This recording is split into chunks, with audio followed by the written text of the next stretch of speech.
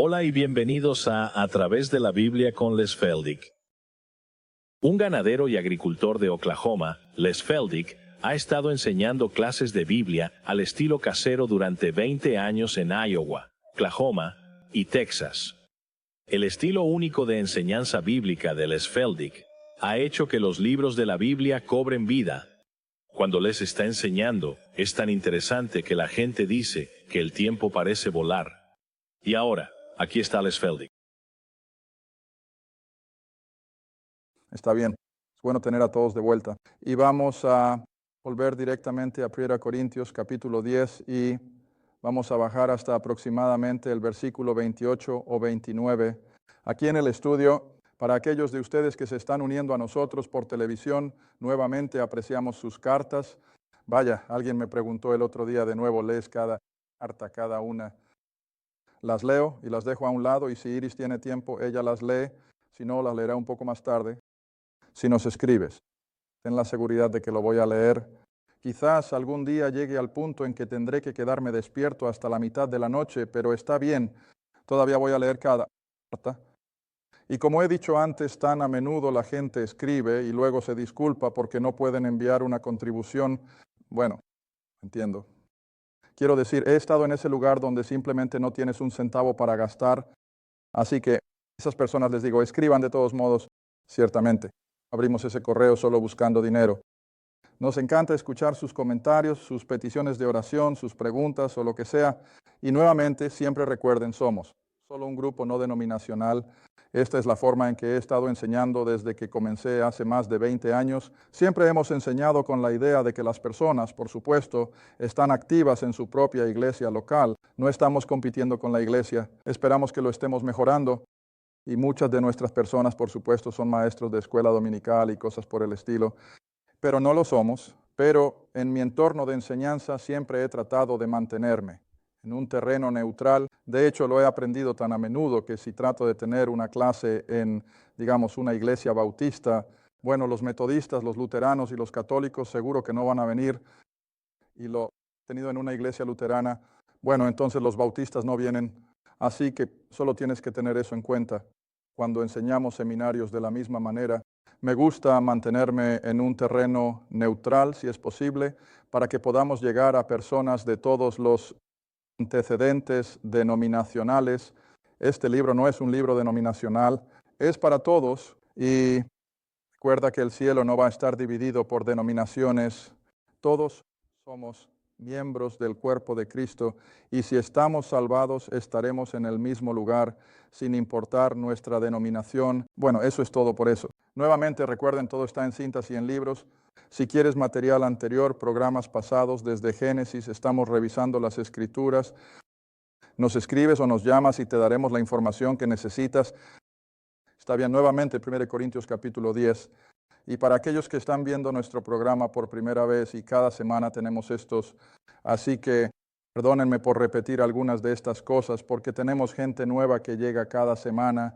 Recuerda que la carta a los Corintios es la respuesta de Pablo a una carta de preguntas y respuestas y estaban acosados por todo tipo de problemas y Pablo tiene que lidiar con eso.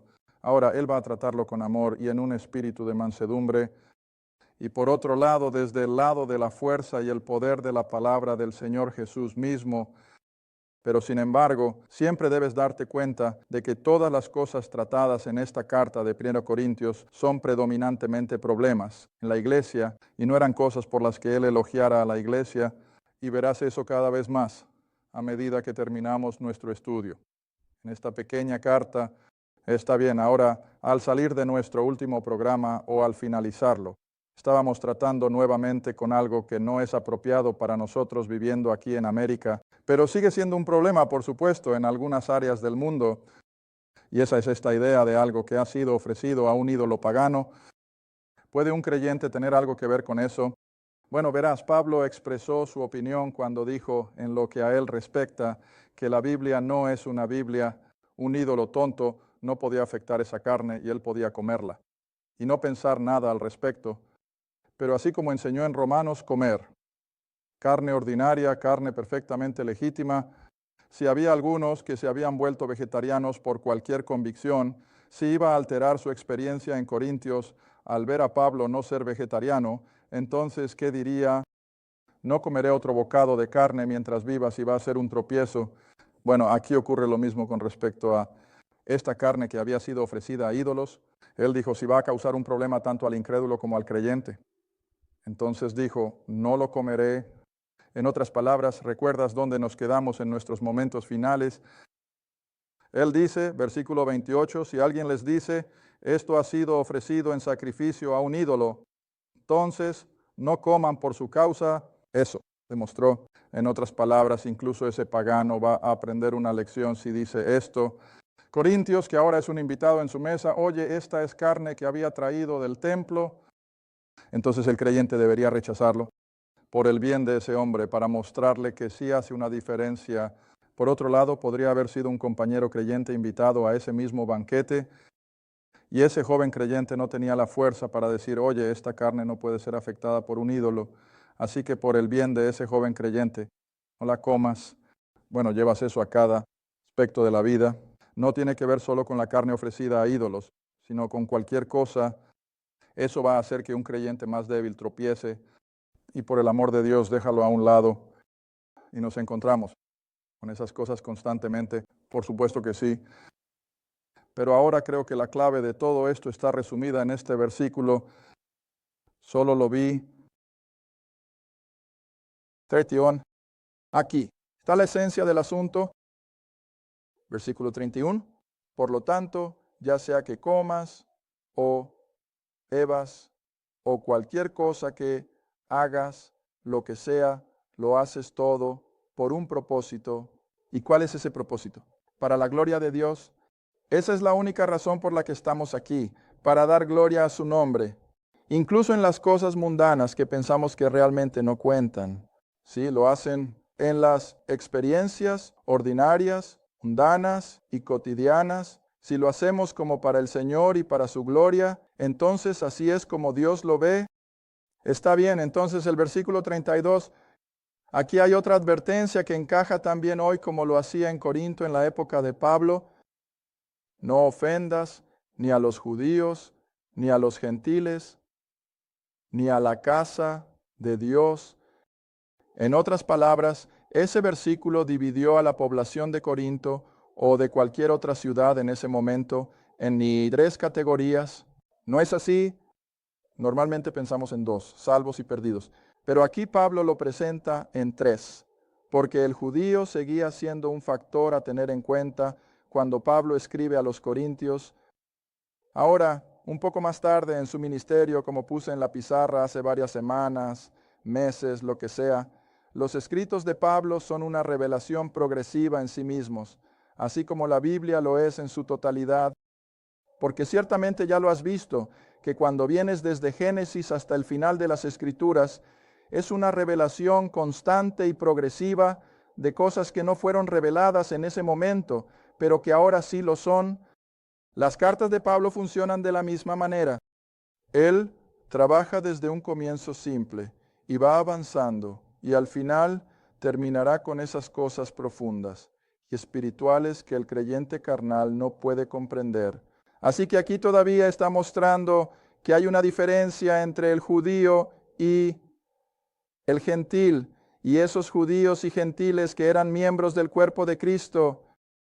Y luego, para terminar el capítulo, el versículo 33, así como yo agrado a todos en todas las cosas, no, buscando mi propio beneficio, sino el beneficio de muchos, para que sean que salvos.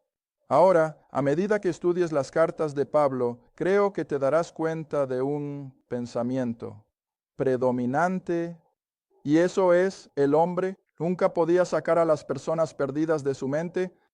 Eso era todo en lo que Pablo podía pensar.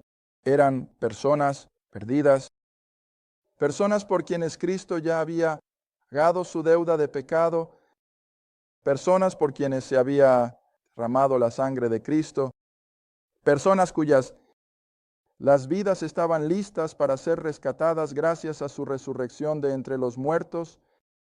Y como le expliqué a la clase de nuevo anoche, nunca queremos perder de vista el hecho de que cuando Cristo fue a esa cruz, cuando Jesús murió, esa muerte por crucifixión no fue solo otra crucifixión, porque había miles de esos. No era único en ese aspecto, pero lo que lo hizo único es que Él era el mismo Dios creador que tomó forma humana para ir a esa cruz. Así que en esa cruz Dios derramó toda su ira por el pecado. Todo el pecado, desde Adán hasta la última persona que vivirá en el tiempo, su pecado fue puesto sobre Cristo en esa cruz y Dios lo juzgó. Él derramó su ira sobre él. Lo que significa que incluso el miembro más vil de alguna mafia, lo que quieras considerar como vil, personas perdidas y malvadas, sus pecados ya han sido expiados, están pagados. La única razón por la que irán a una condenación eterna si no llegan a la salvación en el ínterin es porque la rechazaron. Y por eso sostenemos que solo hay un pecado que alguna vez llevará a una persona fuera en su condenación eterna. Y eso es rechazar el Evangelio porque la deuda de pecado ha sido pagada. Eso ha sido finalizado de una vez, por todas. Y por eso Pablo ardía hasta su último día para poder llevar el Evangelio de la salvación a las personas perdidas. Y si alguno de nosotros, cualquiera de nosotros, pudiera entender solo una parte de eso, bueno, haríamos una diferencia. Ahora creo que el mundo está demasiado perdido. No busco un gran avivamiento. Espero no ser pequeño en fe, pero simplemente no puedo verlo. Pero diré esto, sí, y eso es hipotético, sí. Cada creyente ardiera por el mundo perdido como lo hizo Pablo, sí, aún podríamos cambiar el mundo. Entonces podríamos, pero los creyentes no lo van a hacer. Pero si lo hiciéramos, podríamos darle la vuelta a este país, podríamos cambiar el mundo, pero los creyentes no lo van a hacer. Y, por supuesto, todo está en la providencia de Dios. Y sabemos que las cosas tienen que llegar a su conclusión, pero de todos modos, el deseo de Pablo en cada lugar al que iba era que las personas perdidas pudieran ser salvadas. Ahora, ¿cuántas veces pensamos en eso mientras subimos? Por supuesto, supongo que donde más soy consciente de las masas de la humanidad es cuando estoy en la carretera y solo ves este constante flujo de tráfico entrando y saliendo de la ciudad y no me importa a dónde vayas, es lo mismo en todas partes. Las carreteras están llenas de gente que va y viene y es entonces cuando me doy cuenta de las masas de personas y pienso que la mayoría de ellas, están perdidas. Están perdidos. Y parece que no nos importa. Pero, si pudiéramos hacer como Pablo y simplemente arder. De hecho, regresa conmigo a 1 Corintios capítulo 4. Iba a mencionar esto antes de que terminara la tarde o temprano, y supongo que este es un buen momento para hacerlo. En 1 Corintios capítulo 4.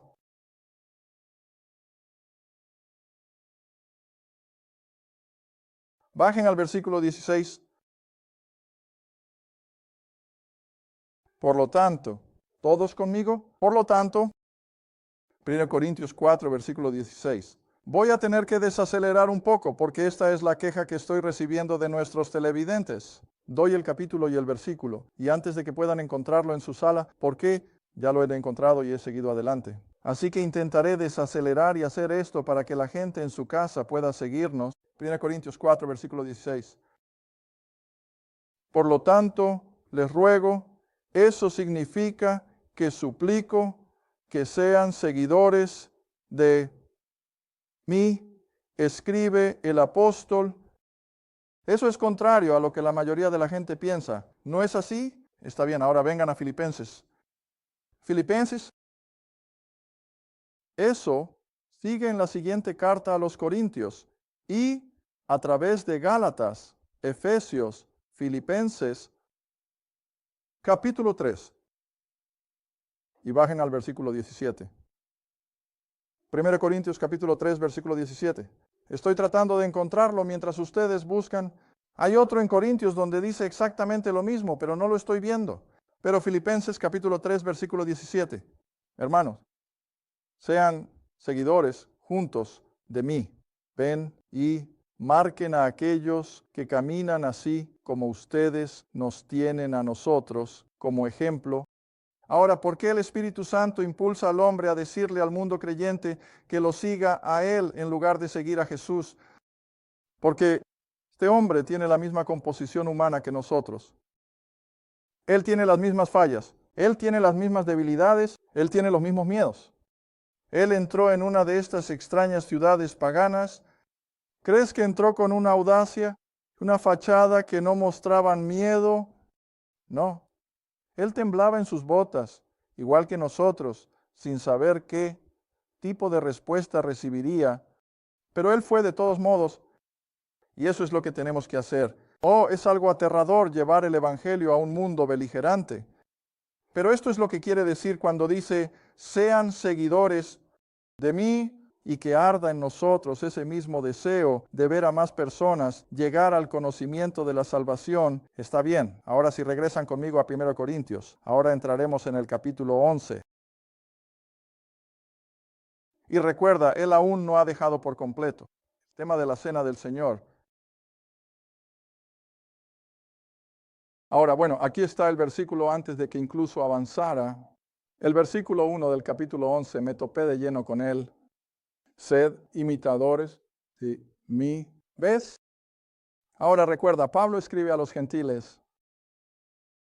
Pablo escribe al mundo hoy, tan seguro como escribió a los corintios en su época. Y él dice, sed imitadores de mí. Ahora hay 3 versículos, ¿verdad? En fila que dicen lo mismo. 1 Corintios 4, Filipenses 3 y ahora 1 Corintios 11. Sed imitadores de mí, así como yo. También lo soy de Cristo. Ahora, Pablo no se está presentando como el Salvador del mundo. Pablo no se está presentando como algún Dios, nunca. Pero ¿qué dice él? Así como yo, sigo al Señor, resucitado y ascendido. Ustedes me siguen a mí. Y por supuesto, él hace esa analogía a lo largo de todo sus cartas. De hecho, volvamos y revisemos un momento.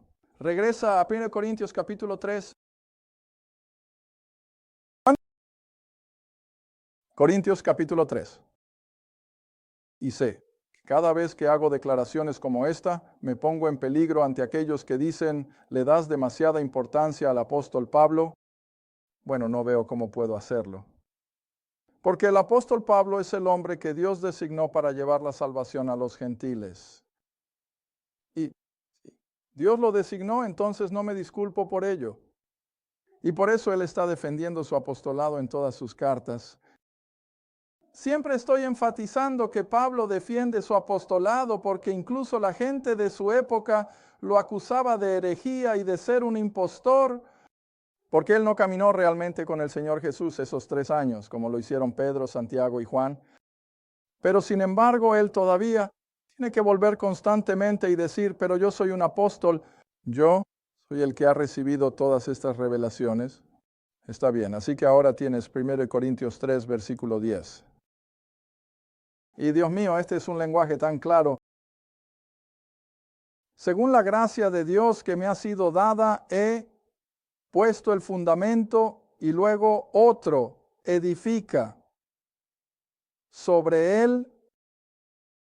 Pero que cada hombre tenga cuidado de cómo edifica sobre ese fundamento que Pablo ha puesto. Ahora el siguiente versículo. Porque otro fundamento nadie puede poner que el que ya está puesto, y voy a aclararlo. Ese fundamento que ya está puesto, ¿quién es? Jesucristo, ¿ves? Él es el fundamento de todo lo que creemos y toda nuestra esperanza está en ese fundamento de Cristo y su obra terminada en la cruz.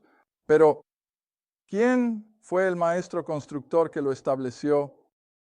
Pablo fue, y por eso sus cartas son intrínsecas a nuestra doctrina, porque a él solo se le dieron estas revelaciones con respecto a esta iglesia compuesta de judíos y gentiles.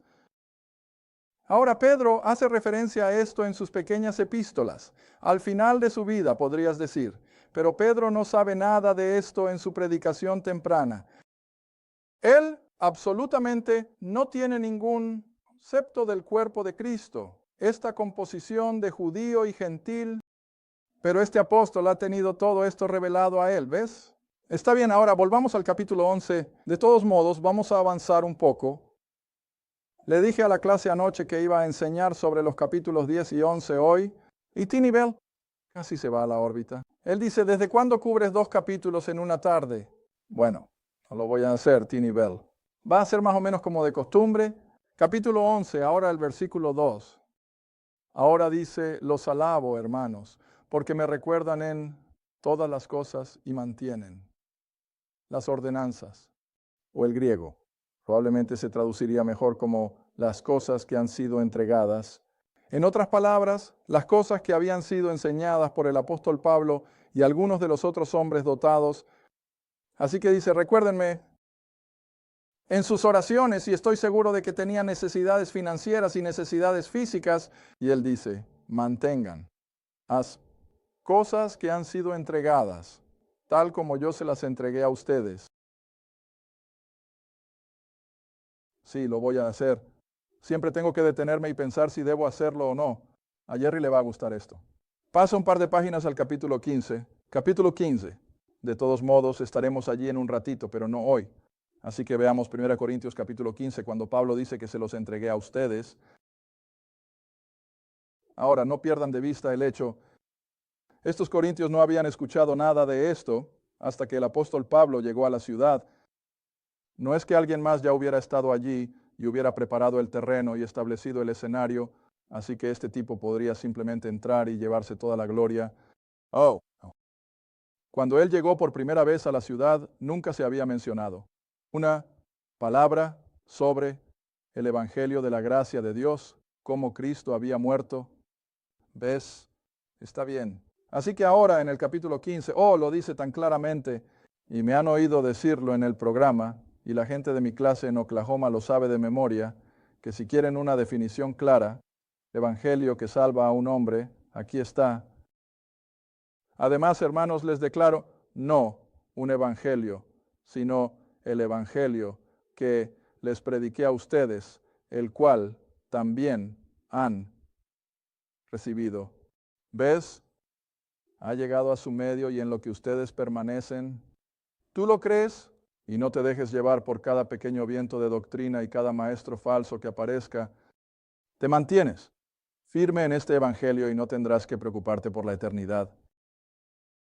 Versículo 2, por el cual, es decir, este evangelio, ustedes son salvos. Y de nuevo siempre tengo que detenerme en esa palabra. Hace muchos años alguien me dijo que desearía que no usara esa palabra. Sonaba demasiado como algunas personas que conocían en la ciudad. Y yo dije, no, espera un momento. Esta no es una palabra denominacional. Esto no pertenece a un grupo de personas. Esta es una palabra escritural. Vas hasta el Antiguo Testamento y ¿qué se les decía constantemente a los judíos que debían estar buscando salvación? La salvación de Israel, la salvación del individuo. ¿Qué significa salvación? Ser salvado de algo.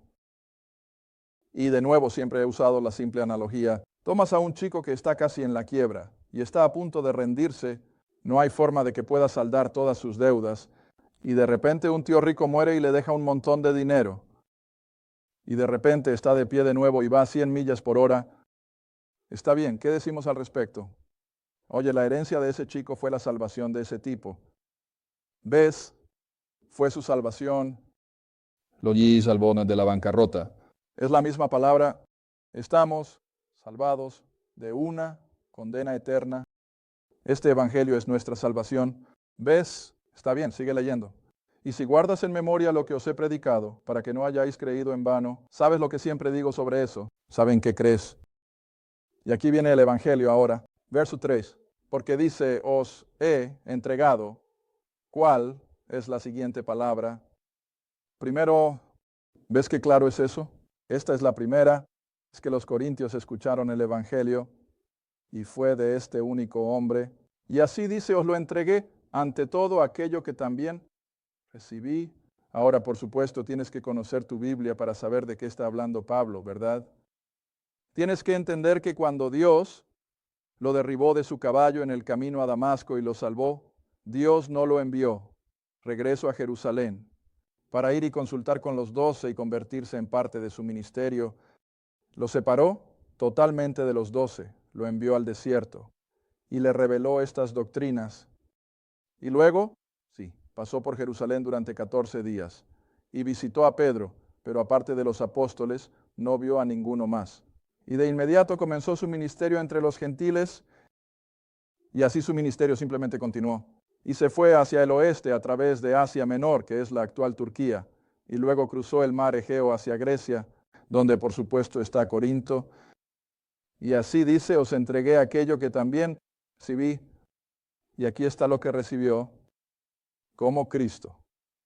Murió por nuestros pecados, no solo los pecados de Israel, pero los pecados de estos corintios paganos, los pecados de América, los pecados de Europa, los pecados de Oriente, Él murió por todos ellos. ¿Está bien? Según las Escrituras, este fue el cumplimiento de todo el diseño de Dios desde el primer día, que iría a la cruz y tomaría sobre sí mismo el pecado de los hombres. Está bien, ahora, versículo 4, y que fue sepultado. ¿Tenía que estarlo para probar sin lugar a dudas que estaba muerto? Esto no fue una tontería. Esto no fue algo engañoso, lo que sea. Él murió y estuvo muerto 3 días y 3 noches en la tumba y luego resucitó al tercer día, según las Escrituras. Y una vez más, el Dios soberano estaba en completo control. ¿Cómo puede el mundo incrédulo seguir ridiculizando el libro cuando sabemos por la historia, cuando sabemos por la arqueología que estos escritores del Antiguo Testamento vivieron, eran reales, eran carne y hueso, y encontramos extractos de sus escritos, ya sea en cuneiforme, en tabletas de arcilla o lo que sea, ellos vivieron. Y sabemos que esas cosas fueron escritas 1000, 1500, 2000 años antes de que Cristo viniera, pero aquí vino. Y sabemos que David escribió en los Salmos un retrato perfecto de la crucifixión. Sabemos que David escribió sobre su resurrección, pero estaba en un lenguaje tan velado, por supuesto, que fue necesario que este apóstol lo sacara a la luz. Pero todo estaba ahí atrás, y por eso lo menciona ver que fue según las Escrituras que se dio el Evangelio y que resucitó al tercer día, según las Escrituras. Ahora, ese es el Evangelio que él recibió y se lo llevó a los corintios. Ahora volvamos al capítulo 11 y lo tenemos aquí de nuevo. Que todas las cosas que Pablo había instituido en ese pequeño grupo de creyentes, ahora quieres recordar que ninguna de estas iglesias del Nuevo Testamento estaba en enormes edificios, como los que vemos en América y Europa y demás, donde se reunían en casas, ¿ves? La iglesia local promedio probablemente no tenía más de lo que una casa común y corriente podría acomodar, 1 docena, 2 docenas. Quizás si eran realmente deliciosos y tenían una casa enorme, tal vez podrían reunir a 30 o 40, pero no eran congregaciones enormes. Pero sin embargo, sea lo que sea, en lo que se apoyaron, lo habían obtenido del apóstol Pablo. Dios mío, está contando los segundos. Esa media hora pasó tan rápido, no supe a dónde se fue, pero de todos modos lo retomaremos aquí la próxima vez que volvamos a la televisión. Gracias por ver A Través de la Biblia con Les Feldick, un estudio bíblico semanal. Si deseas más información sobre los ministerios Les Feldick, un estudio bíblico en tu área, o sobre este programa, escribe a Les Feldick Ministries, Ruta 1, apartado 760, Quinta, Oklahoma, 74552. Esa es la Ruta 1, apartado 760, Quinta, Oklahoma, 74552. A Través de la Biblia con Les Feldick es apoyado por los espectadores, y tu donación es apreciada. Gracias, y asegúrate de sintonizar la próxima vez para A Través de la Biblia con Les Feldick.